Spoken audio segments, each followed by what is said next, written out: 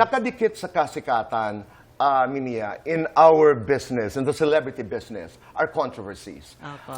Bahagi ng mga kontrobersiya na pinag-uusapan ay binabato ka dahil sinasabi ng iyong mga critics na iniwan mo raw yung mga followers sa kanal, you're not relatable anymore, masyado ka ng sosyal. Pag naririnig mo ito, how much of what they're saying is true?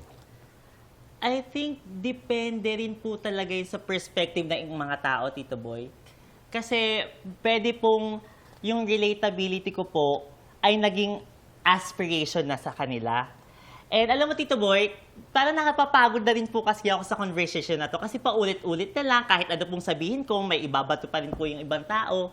So parang ang sa akin lang po bahala na po kayo sa buhay ninyo.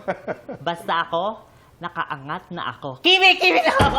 No, pero, Mimi, that's the price of celebrity. Yes, Tito Boy. Paulit-ulit yan. You know why? Because you've been very open about your story. Opo. You've been very open about your story. And others, naghahanap lang yan ng masasabi. Pero may mga iba naman na naghahanap talaga ng inspirasyon. Opo. Kasi, you know, I don't know who guessed it here on the show.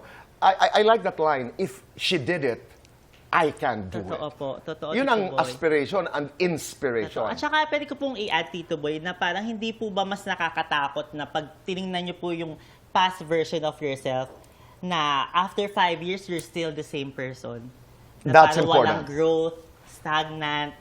And ako po, sobrang proud po ako sa changes in my life because I did it not only for myself but to also maka-inspire po ng maraming tao, Tito Boy. Oo, masarap ba maging mayaman?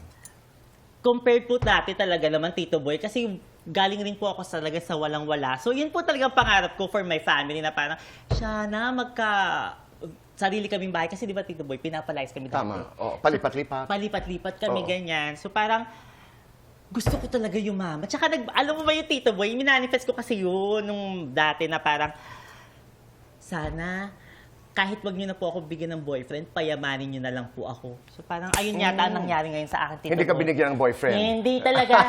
Ang hirap, Tito Boy.